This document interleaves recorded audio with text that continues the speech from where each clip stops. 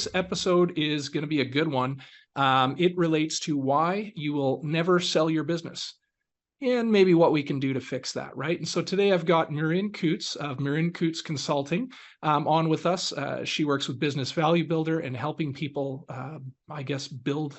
building a company that they can actually exit from one day. So a lot of value building stuff.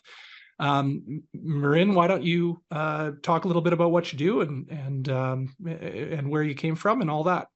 Sure, sounds good. Yeah. So I really get excited to work with business owners who want to grow their company value, businesses who are in growth mode, but they have their sights set on wanting to build a sellable business one day. Mm-hmm. And so what I found in the years that I've been in and around working with businesses, doing strategic planning, doing governance work, is that a lot of people go into business and they get trapped in this mindset of this is an income replacement, and not really thinking about how do I make decisions that both increase my revenue and profit today, but that actually build something that is an investment at the point in time where I no longer want to do this anymore. Yeah, somebody will want to buy one day. Yeah, exactly. And whether, some people will say, well, it's a family business and I want to transition it to the next generation, or I'd really like managers or employees within the business to, move up and take over ownership. And that's great. Kind of the things that make it hard for that transition to be successful are the same things that would hinder an acquirer from being interested in a business. So it kind of doesn't really matter what your exit plan is. Yeah. The things that will hurt your business are the same, or the things that will help get it ready for the transition kind of are universal. Oh man, there's so many rabbit holes that I want to jump down just off the last 1 minute that you've been talking. I guess the first thing is you and I deal with entrepreneurs all day. I've dealt with literally hundreds and hundreds of entrepreneurs over the years. And one common thread, I think the overwhelming majority of us, let's say us, because you and I are both entrepreneurs, and it's important to remember that sometimes. Overwhelmingly, most entrepreneurs get into business and they deploy what we call the random hope strategy in business, right? Where it's just like, I'm going to work really hard and hope everything turns out. And maybe, they got into it they want more freedom. They don't want to answer to whoever anymore. They think they can execute a process better, whatever. And now what has happened is all of a sudden you've just basically worked yourself into another job. It's just your employer is yourself, right? You're not actually building a business here. You've just provided yourself with a job. And so when we start talking about exit planning or why will I never sell my business, the main reason, I would say 90 plus whatever, I love using, I don't know if you knew this, Merin, but 76% of statistics are made up on the spot. So we're going to go with 96% of business owners here don't have a plan for exit, and they don't have a plan for how to actually build a business that functions while they're away from it. And I'm a big proponent and teacher of that sort of thinking that, hey, listen, if you can't go on holidays for 3 weeks, you're probably never going to sell your business. Mm-hmm. And so, and you're doing the exact same thing. You're just applying a methodology to go from, okay, you're in this dark place where you're the employee, you're the doer, the executor, and we got to get you to a point where you have an asset that you can sell. And we're really talking about the same thing, which is getting into the fundamentals of business, building something that can pay you while you're on holidays, and making it look attractive so that a buyer will actually want to buy it one day, right? Yeah, exactly. Well, and I think, listening to you, the thought that pops into my head, and I have this conversation with business owners often, is that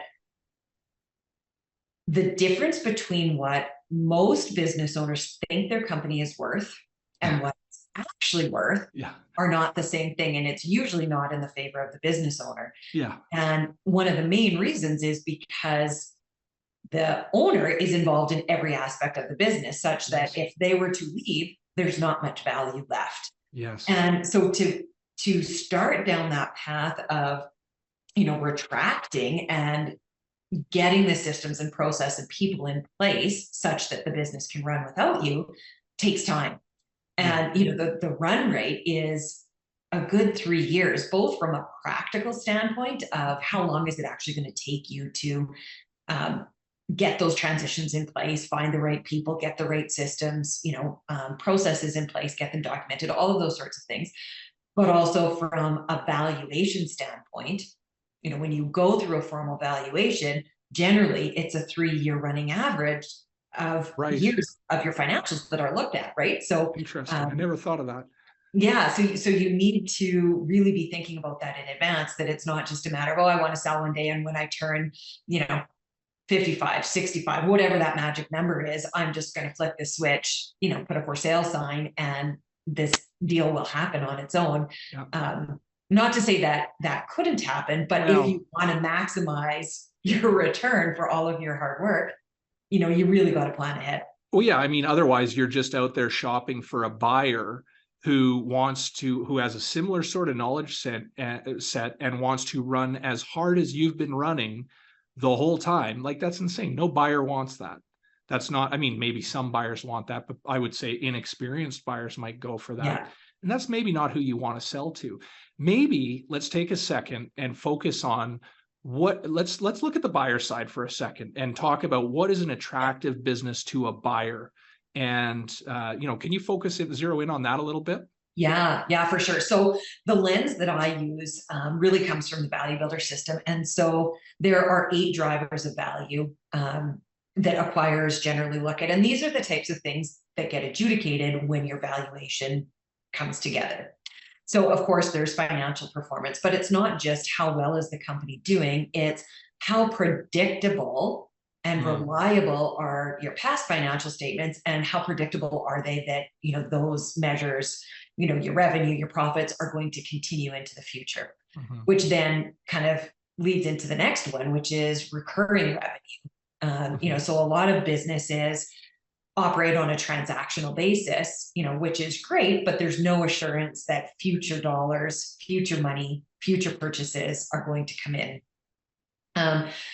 Also looking at growth potential, it ties back into the financial metric, but how fast is your company growing relative to the market that you're in? Are you capturing market share, and is that getting bigger, or is that getting smaller? Another one that we've kind of touched on, I call it the value driver of hub and spoke. So as the owner, how involved are you personally in all aspects of the business? Such that if you wanted to take 3 months off for whatever reason, there was an illness, there was a change in your family status, you wanted to go on an extended holiday, how much of an impact would the business have? Would it crash and burn? Would it survive, but just barely? Would it survive with no problem? It's a great metric to really get a sense of, okay, how ready am I to take a step back? Then there are other things like, how strong is your point of differentiation relative to the other, competitors in your market?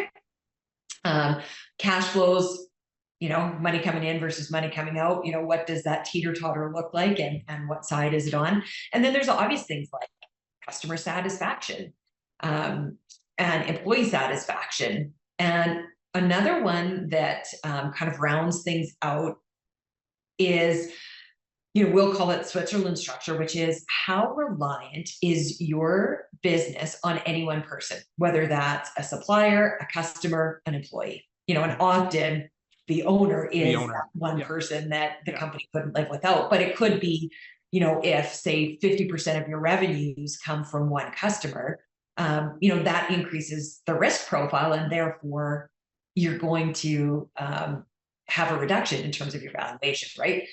Whereas if you're on the inverse side of these things, meaning, yes, the business could survive 3 months without you, no problem. You're not reliant on any one person. Your financials are strong. You're growing from a growth and market perspective. You've got solid point of differentiation. You actually get a premium versus the typical multiple for what a business in your industry would normally trade for. So it's looking at, the risk profile, right? And there, these are 8 different lenses that I work with clients to move through to get their businesses ready. It's super interesting because, as a buyer of a business, for me, if I was to go out and buy a business, maybe I want to go out and buy myself a job, but chances are not. Like, if I'm in the market shopping for a business, or if you're, sitting on the Shark Tank stage, dishing out deals, those people don't want to be operationally involved in the business. That's not what they want. They want something where they can offer a bit of guidance and direction, and have a good enough idea or infrastructure in place that not necessarily that it self-perpetuates, but that they're not going to have to totally drown themselves in the details. And when you come into owner-manager land, which is who we're talking to right now, when you come into owner-manager land, we're so inundated in the day-to-day operations that the 8 drivers that you're talking about, it's like, I don't even have time to think about that stuff, right? I'm just trying to, pay my bills and pay my mortgage, and that all sounds really nice, but I will deal with that tomorrow. Right. That is a problem for later. And so that's why I thought it would be so valuable to have you on and chat with somebody like you who is, listen, we're going to get some outside eyes here. We're going to get some help to force us for a little bit of time every day and every week to focus on chipping away at this monumental task, which is turning my job into a business that I can sell. Right. And otherwise, I'm never going to be able to sell this thing. And I have seen, customers who, it almost makes me heavy just thinking about it. I've seen a customer retire from their regular job at 55 years old, build a business that they had to get heavily operationally involved in, dump their life savings into buying it because they didn't really know what they were doing, and they didn't really understand that they were buying a job. And now they're in their mid or late 60s and they can't walk away from their business. Nobody wants to buy it. And they've spent all their money buying this asset, and here they are. I got to go to work every day because I don't have a nest egg. I dumped it all into this business, right? And so, what can you do to not be that person? In terms of me operating our business here, that thought plagues me constantly. When we talk about what is the number one priority around here, it's like we got a lot of priorities, but my number one priority for owning a business is that I have a business that serves me. And this is part of it. If I don't have a business that serves me, I'm not going to own a business. I could probably go make more money being a partner at some Big Four accounting firm. Like, definitely I could. But that's not what I want out of life. I want different things out of life, or so far anyways, right? So you go, how do I make sure that I'm never that person where I'm at retirement age and I'm stuck? I am trapped. I have no options. And my option is fold the business and maybe have trouble paying the bills for the rest of my life, or just keep working, right? And that's a scary thought, right? Yeah. So anyways, so why don't you tell us a little bit about, like, how did you get into this? What did you do beforehand? Because I'm so if I go way back, I worked in the cable industry and ran Shaw's operations in Saskatchewan for a number of years, and then talk about wanting a career, whether that's working for someone else, working for yourself, that serves you. When our family expanded and we had our second child, my husband and I both just kind of, looked and said, hey, something has to change. Us both working insane hours just doesn't make sense.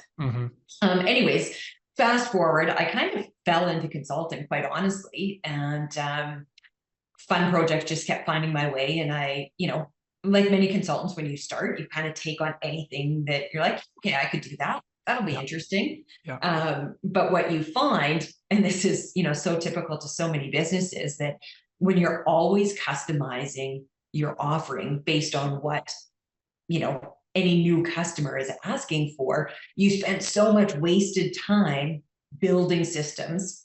And, it's really hard to monetize that in a meaningful way. So, over the past, I've been in kind of the consulting space for getting close to 15 years now, and, really, did what I work with my clients on, which is niche down. What is it that you're really good at, that you love doing, that fills your energy bucket, and focus your efforts there. Does that mean you're going to say no to, potential revenues? Yeah, of course. But, for every yes you say that's something that is like mediocre, you're consuming your time and energy from something that you can really pour your heart and soul into, and, truly make an impact in whatever way that is you choose. So I really niche down into the world of strategic planning. I love facilitation. I love working with business owners to go from a state of chaos to, really being able to see through the clutter, see what the possibility is, and then build the roadmap to achieve it. In COVID, of course, most businesses were not thinking about strategic planning. They were not thinking about the 3 to 5 to 10-year outlook. It was like, how am I going to survive the next 6 months? So it was a really, on one hand, frustrating time for me in the space I was in, but on the other side, a great opportunity to really evaluate, okay, what are the types of business owners that I really love working with, where I can really see the impact, and what's missing, from what I'm offering, based on years of experience. And I came across the Value Builder system, which is actually a Canadian based company. And, it really is a great partnership for me, because it fits very well with strategic planning in terms of, what I say is, like, it gives you that lens on how healthy is your business? How ready is it if you were to want to transition at, top dollars, but also how ready are you as an individual business owner, personally ready to move to the next chapter of life? And there's lots of great tools and resources that are available through that. But I've also kind of taken the best of that, the best of strategic planning, and really married it with, as a business owner, entrepreneur, what is your operating system that you employ in your business, and how do you make sure that's consistent across, all aspects and all divisions? And as you grow, how do you make sure that what you're doing is scalable? So I'm not sure if you're familiar with EOS, but I use a lot of the principles and concepts from EOS as well, in working with business owners to really create a clear roadmap that is manageable, bite-sized chunks where you can really feel the momentum and the traction happening in a way that isn't, so overwhelming. Yeah. It has a very strong dose of accountability. Yeah, right on. So you must be doing a lot of therapist work while you're at this. I mean, it just sounds to me like you're a therapist, really, with a fair therapist with a framework, which I think a lot of us as entrepreneurs could probably use, right? So do you find yourself in situations where you're holding up the mirror for people, I guess, regularly, right? And you have a lot of experience doing that, and that is from your family history of entrepreneurialism. And yeah. And in COVID, I spent a fair bit of time working with career women, doing personal strategic planning. So that felt a lot like therapy sessions, but really it's all about asking the right questions and having, as an individual, when you have to answer to somebody and you don't have to worry about the process, that, okay, someone's got this mapped out. I can be fully present in, the exercise that we're working on right now, sharing my thoughts. I don't have to be the minute taker. I can just be present and let my thoughts flow out. Yeah. It's amazing the feedback, whether it's, from the personal side that I was doing or the more business side. Yeah. What I hear is, wow, having somebody be able to ask me the right questions, listen to my responses, and synthesize and kind of, spit those back at me, the amount of clarity of, wow, okay, yeah, that's what's underneath this roadblock that I've been, bumping up against time and time again. And then getting really clear on, okay, well, how are we going to move past that with a clear sight of where is it you want to be? What does success look like for you? Not just, for your business, but for you personally as a business owner, because I think we can get so focused on the financial side, and not to say that, that isn't important. It surely is, but everything comes at a cost. And so, where is your sense of balance? And that looks different for everybody. Yeah. But once you can articulate, okay, this is what I'm striving towards. One business owner said, I want to triple my revenue in the next 3 years, and I want to reduce my hours to 25 hours a week. It's like, okay, great. When we're clear on what it is you're measuring, then you can get really clear on what it is you say yes to, and, the 1,000 things you have to say no to in order to get you to where you want to be. Yeah. Yeah. I mean, did you dive down the why? I'm always interested to know why. Like, why is it that you want to triple your revenue? What is missing right now that you want to fill? And what is the why, right? We're working on that in our business right now at Achen Henderson, figuring out what the big why is.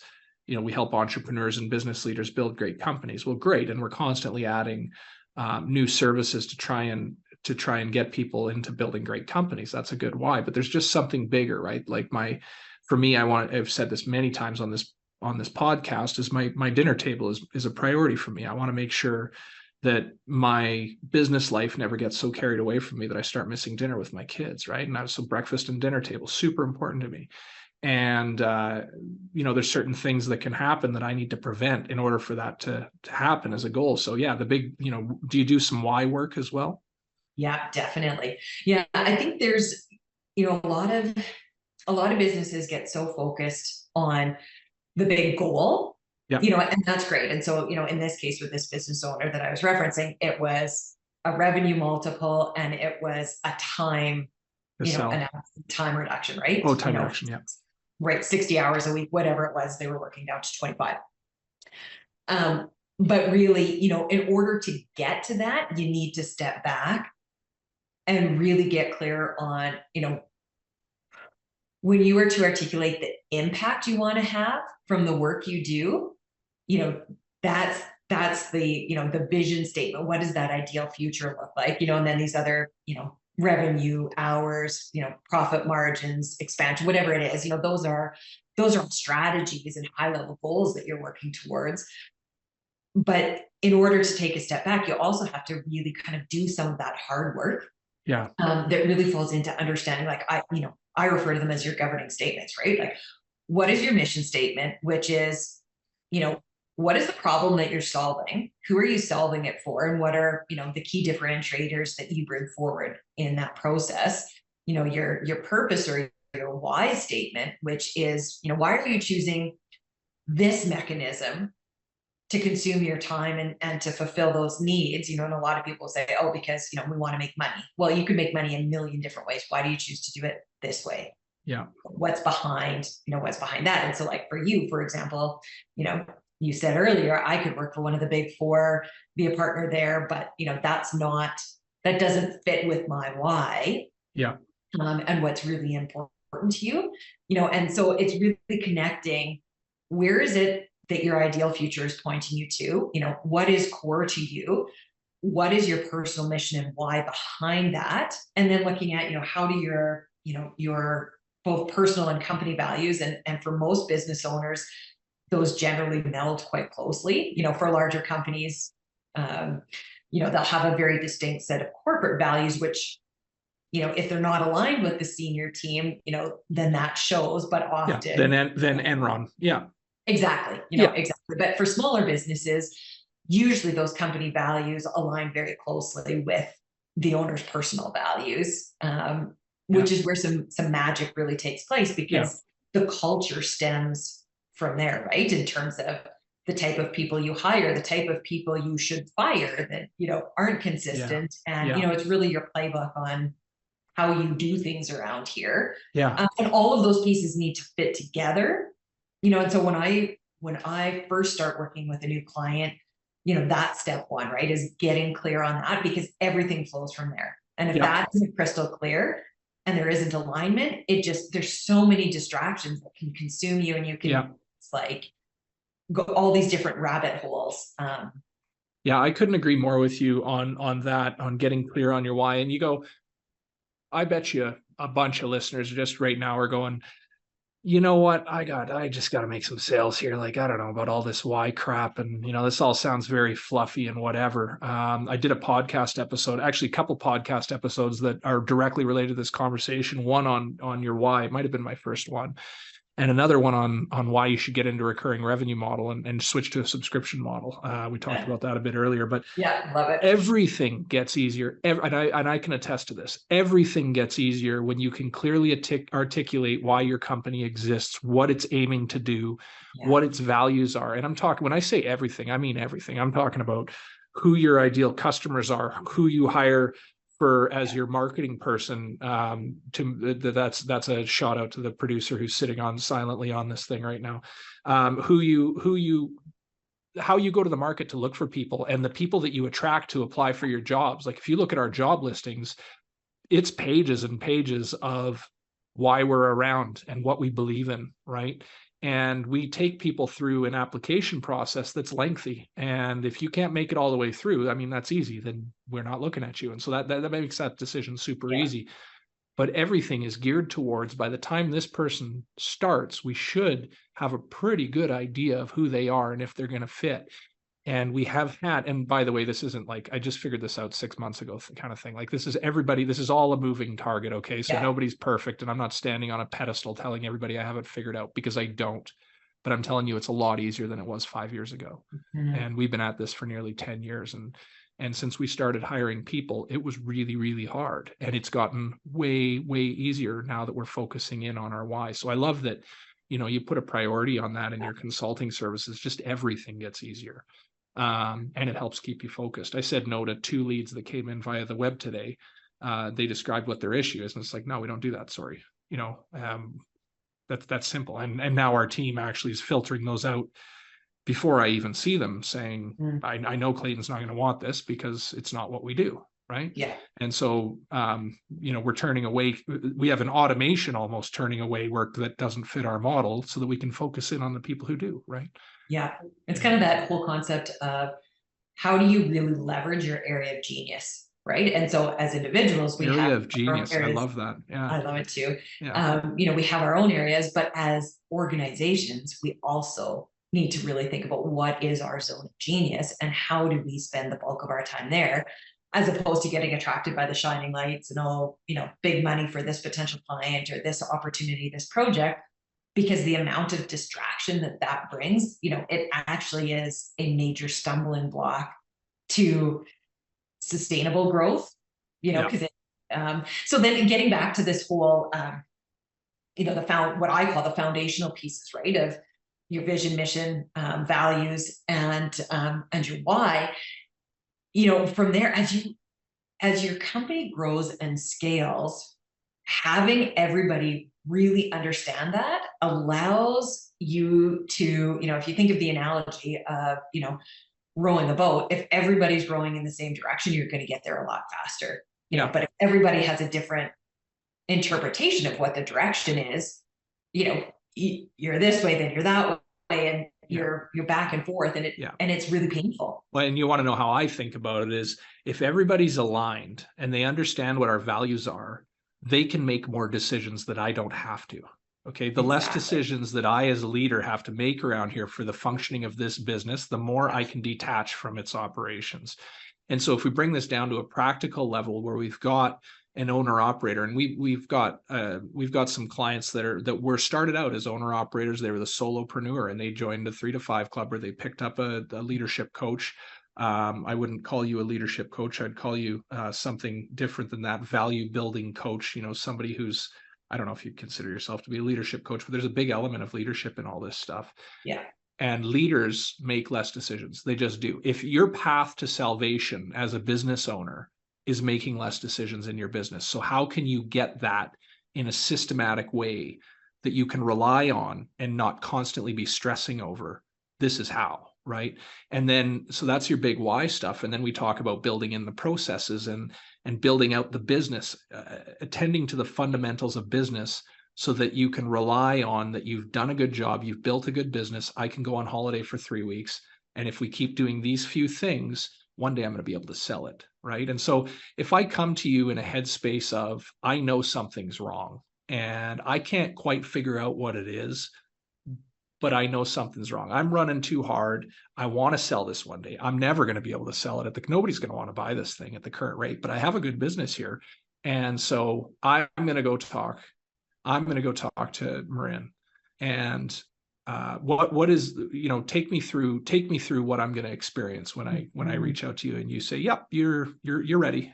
How does that go? Yeah. So the first thing I do is have clients fill out what I call the health assessment, business health assessment. So it will then generate a couple of things. first of all, you get a value builder score, which really is what's your readiness score? What's your business health score? It's on a scale of 1 to 100. Most companies start in the 50 to 60% range. So I always warn people in advance, say, hey, this isn't like school. Don't panic when you see the mark. It's our starting point, right? Everybody has a starting point. But it also that's sort of married to their perception of value when they go to sell, and you go, it's not worth that much. So yeah, exactly. Yeah. So within this assessment, it also gives us 3 other things that are incredibly helpful. And the first one is, what is your score on each of the 8 drivers of value? So at a really quick glance, we can see, okay, here are the pain points we need to address first. Then within that, it also lets you know, where are you relative to your industry? So it's this whole some benchmarking in there. It's tied to the NAICS code. So there are like 50,000 companies worldwide that have gone through this assessment. So there's lots of data in there. And so for a lot of business owners, they have no sense of, how am I doing relative to my competition? Yeah.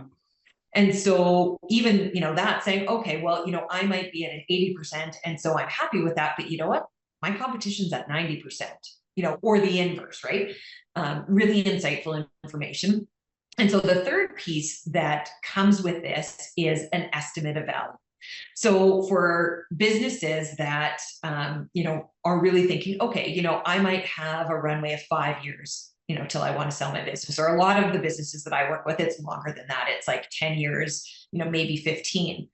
To understand, what's your ballpark assessment of value today based on the current, can be really, really helpful. And this is where, I really see where people think their business, where they think it's at from a financial perspective and where it's actually at are 2 different things, but it gives us the starting point. So then as we go through the process, and generally we work on, a 12-month calendar from whatever the start point is, and then do the assessment again after 12 months and see, okay, where have we moved the needle? What has, what has changed in terms of both your value builder score, but also your estimate of value. So it's really clear to be able to articulate what's your return on investment from, spending this time and energy and money on these things. So that's kind of step 1, this health assessment.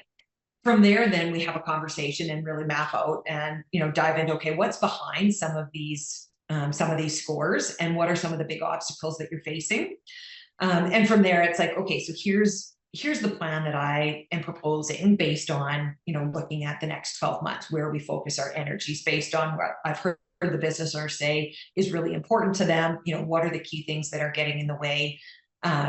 And then mapping that out. So once we start the work, we usually kick it off with a planning day. So this is where we dive into some of those foundational statements, really get a sense of, not just your mission, vision, values, those sorts of things, which, that's step 1, but also doing a bit of a market analysis, so looking at, most companies have heard of the SWOT analysis, so what are your strengths? What are your weaknesses? Where are the opportunities? Where are the threats?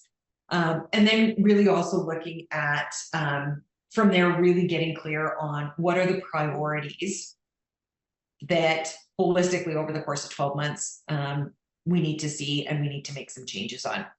So that kind of, after that first day, we get a really solid sense of, where is the business at? Where is the business going? And how are we going to get there with the actual, tangibles tied to that business, not just, hypothetical based on kind of the initial conversation. The neat thing that I really hear from my clients is the power of accountability coaching. Yeah. So I kind of start off with a full day, then every quarter we meet for 3 hours and do a deep dive on a specific value driver. And in between those months, we still connect for, what I call just straight up accountability coaching. Where are you versus the action items that you had? Where are they at? What's working? What's not working? What new information has come to light? So there's, things are moving forward month by month and really getting clear on, okay, we've tackled that problem. We've solved that issue. Now we can move on to the next one. So when we get to the end of the 12 months and we do that assessment again, there's a very clear map on and numerical value of, okay, here's how far we've come. We've increased the score from 60% to 70% in 1 year. And the goal is to get over 80%. What we find through the Value Builder system is that businesses who score 80% or higher increase their earning potential by up to 71%. So, there's if you think of, okay, normally my industry trades at 3 times EBITDA, in a transaction. If we can get that to 5 times EBITDA, what is that to you as a business owner? Not only do we increase the EBITDA actual amount, but increase the multiple on it. Yeah, and increase my paycheck. Completely. Like who doesn't want a bigger paycheck, right? The biggest thing that I hear is, surprisingly, it's not even around the financial improvement. Yeah. It's the ease of mind of peace of mind for sure. I've reclaimed my time. So, some of the business owners that I work with are, new to the world of entrepreneurial, and, they have a great idea and their business is growing super fast, like, going from. They're rainmakers. They're good at selling. They're good at bringing in business. Yeah. Completely. So it's on this like massive upward trajectory. A lot of them also have young families, and so they're in this conundrum of, well, my I kids have are to choose. They're young, and I'm not there when they wake up. Mm-hmm. Yeah. They eat early because people with little kids know. Yeah. Meal time is driven around when the kids need to eat. Oh, and then it's, you might have like half an hour before they go to bed, but it's not enough. Yeah. And so for those business owners to be able to really get a sense of, I don't need to say yes to everything. Yeah.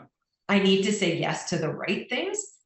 And I need to get the systems and process and people in place so that I'm working in my area of genius. The business is still ticking, and I don't have to worry about all of, those million other things that are popping into my head, because there's a mechanism to deal with it. Yeah. Yeah. And I mean, so a few key takeaways just from this whole thing.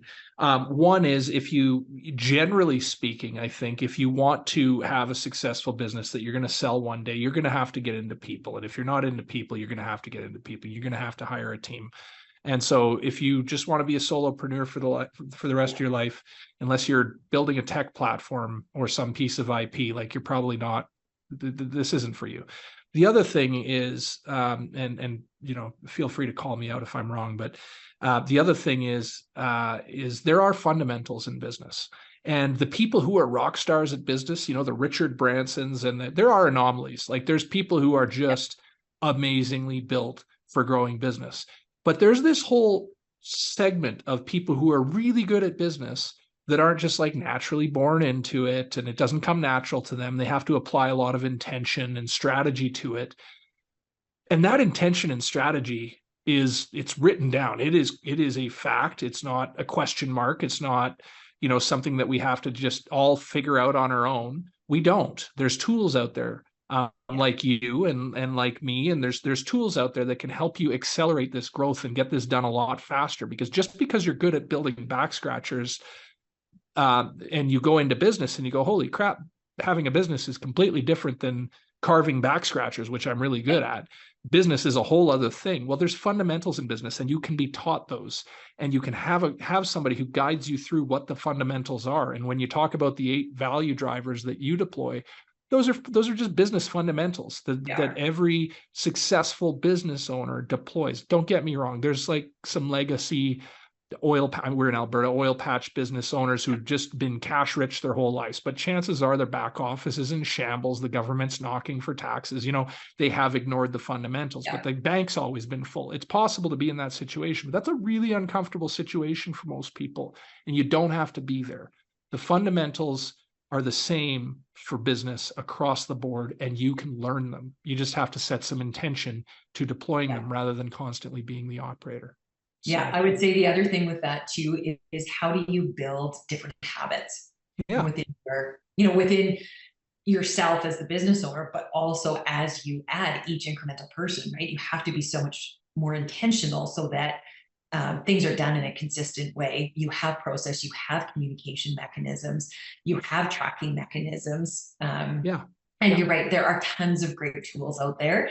And so, having that ability as a business owner to not have to sift through and try to figure out, okay, what tools do I need? How am I going to make this all work, to be able to say, okay, I want to focus on what I want to focus on. And I want someone to help give me direction on, these are the pieces, chunk by chunk, that I need to tackle. First is this, next is this, third is this. And getting that help's going to cost you some money. And so get used to it. But the ROI on that is outstanding. I bet you that you haven't worked with anybody who has fully committed and set an intention to go through this process, who at the end of it went, oh, that was a waste of money. It's like, no, this is all really good stuff for making a better future for you as an entrepreneur. So, I'm so grateful that you were on today, Merin, and I hope that our listeners consider giving you a call. Check out your website. Where can we find you? Oh, that's awesome. Yeah, thank you. My website is merincouts.com. So interesting name. So I'll spell it MERINCOUTTS.com. And I'm also on every major social media. So I notice you're big on social. Probably, the easiest one to find me, but you'll find me at Merin Coutts or Merin Coutts Consulting on Instagram, Facebook, Twitter, even TikTok and YouTube. So we'll make sure we include some links in the notes. So awesome. I appreciate you having you on. Thank you so much. I've enjoyed this. This is great.